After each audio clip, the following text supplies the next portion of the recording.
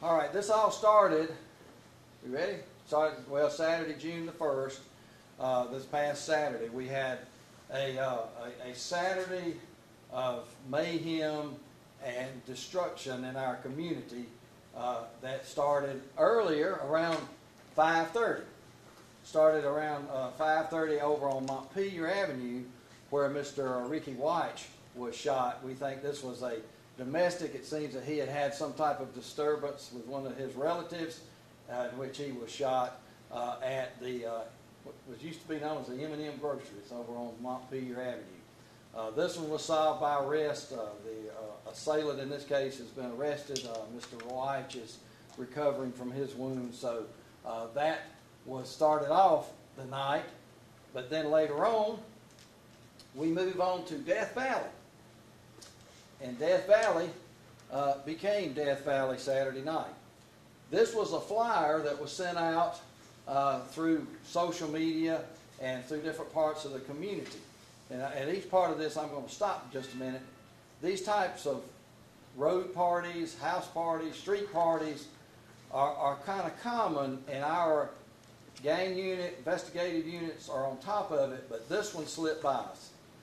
We got some word that they were doing a lot of this by word of mouth. Some of it was from social media.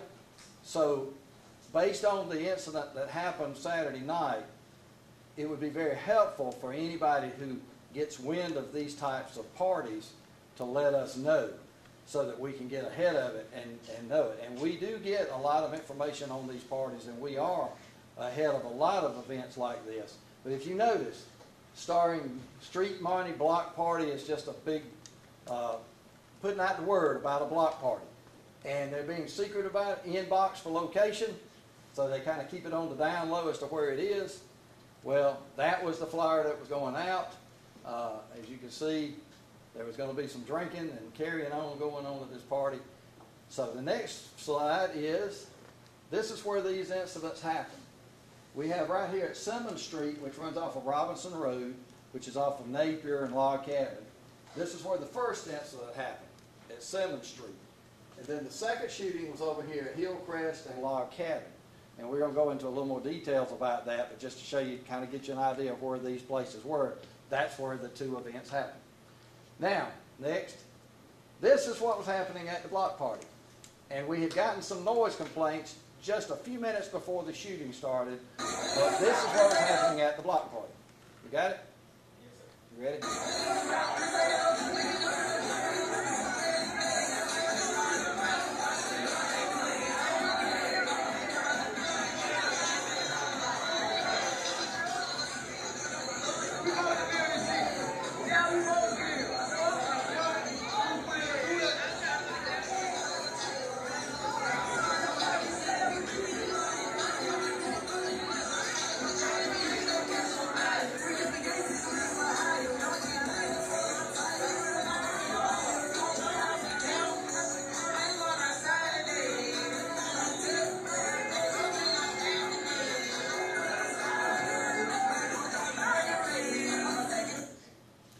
As you can see, this was taken off of was given to us by a person that was there off of their Facebook page. But you can see it's several hundred people right in this sort of curve of where Suzanne Drive is. It's sort of an isolated area off of Robinson Road. There's really not any houses. You can see a vacant lot there. But it looks like, for the most part, everybody's having a good time. You can hear the music. They had a DJ set up on the side of the street. They were partying, although they were partying in the middle of the street, which, had we known about this, is a violation, and we could have been able to take some action. But while this partying is going on, about this time a black Dodge Charger drives up and sort of drives through the crowd and then stops in the middle of Suzanne Drive and starts doing burnouts. You can go out there and see the black marks on the road where the car's doing the burnouts out there. Well, one of the party attendees goes up to the driver of this Charger and basically tells him to quit, cut it out. Well, they get involved in a little physical altercation, a little fist fight, and then that breaks up. And then very shortly thereafter, they hear the next video, what happens next.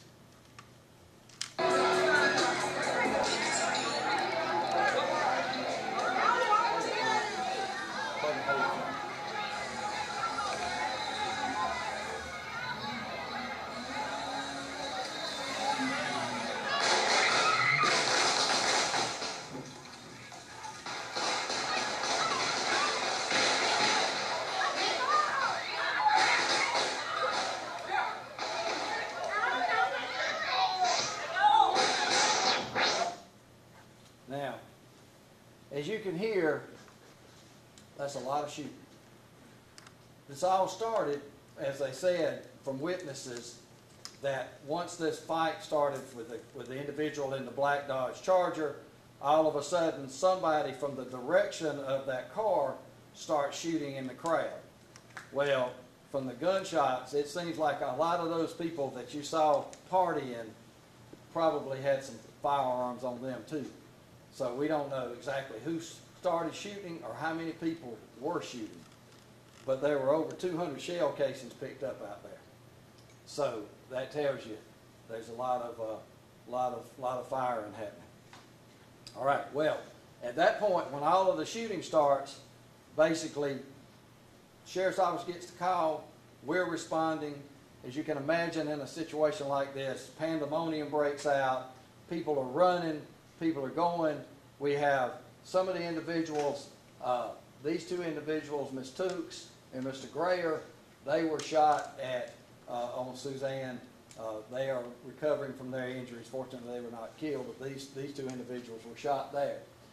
We had others that were taken by friends. Mr. Pennyman was put in the cars. We had a lot of people who were just getting away from there. People were hurt. Some of them were grazed by bullets. Some of them fell. Some of them hurt themselves that way, so they were all getting away to go to the hospital. Mr. Pennyman, who was shot, is still in serious condition. He was taken to the hospital in a private car by some of his friends away from the Suzanne Drive location. So as you can imagine, it's hard to pinpoint exactly what happened, but this is what we think in the pandemonium.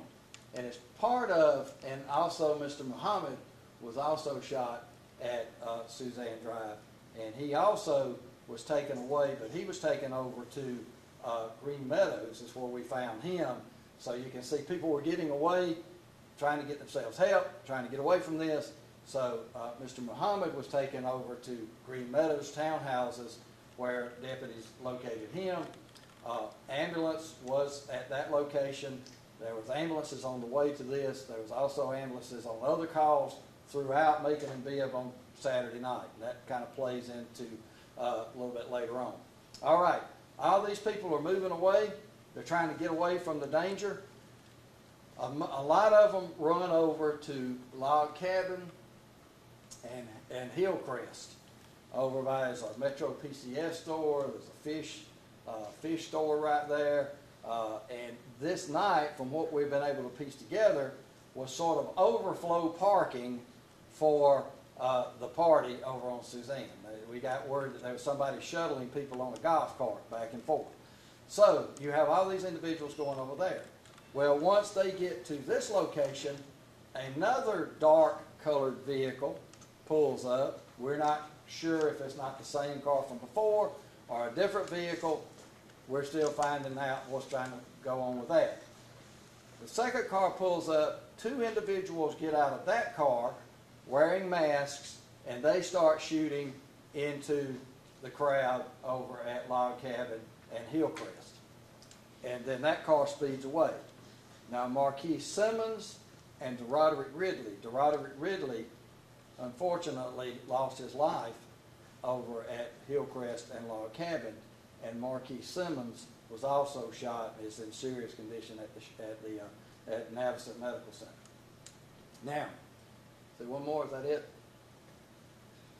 Now, Nathaniel Smith, he comes to the hospital last night saying that he was injured in all of this incident and all this mayhem that happened. So we've had people that have been reporting to the doctor, to the hospital, since Saturday night saying they were injured or that they may have been grazed by a bullet. So we're trying to get everybody's together on all of the victims and everything. So if anybody was hurt, we asked them to come forward and make themselves known.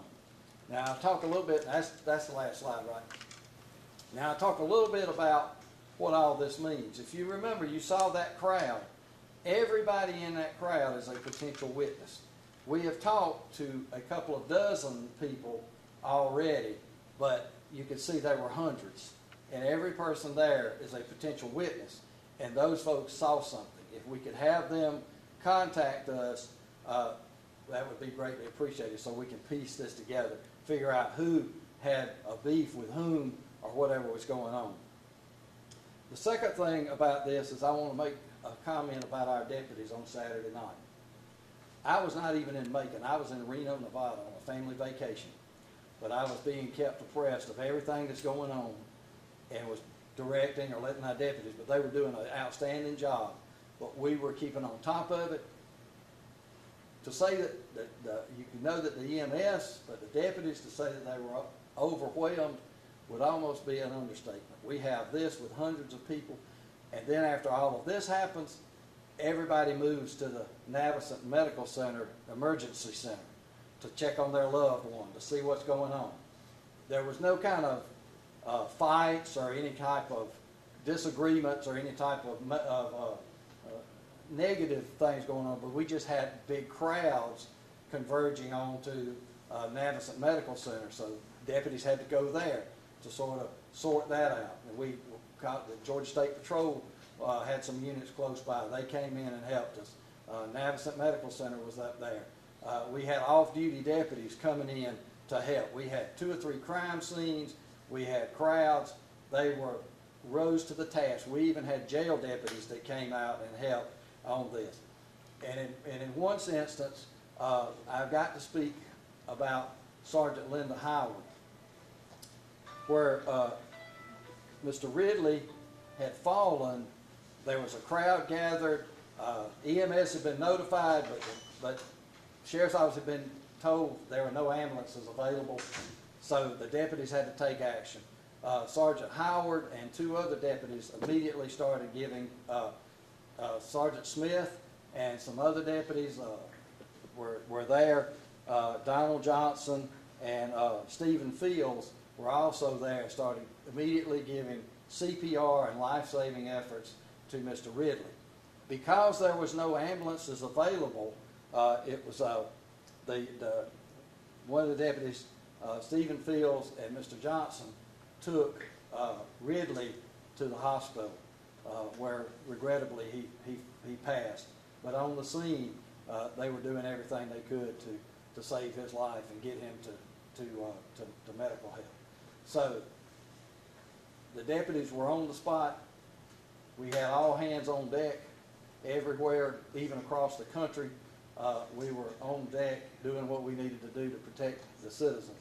But this is where we need some help from the citizens, because some of the people that we showed in that video knew who that person was in that Dodge Charger, possibly knew who that person was, who those people were in that other dark-colored vehicle that drove up and started shooting indiscriminately into the crowd and creating this type of disaster and mayhem on a Saturday night.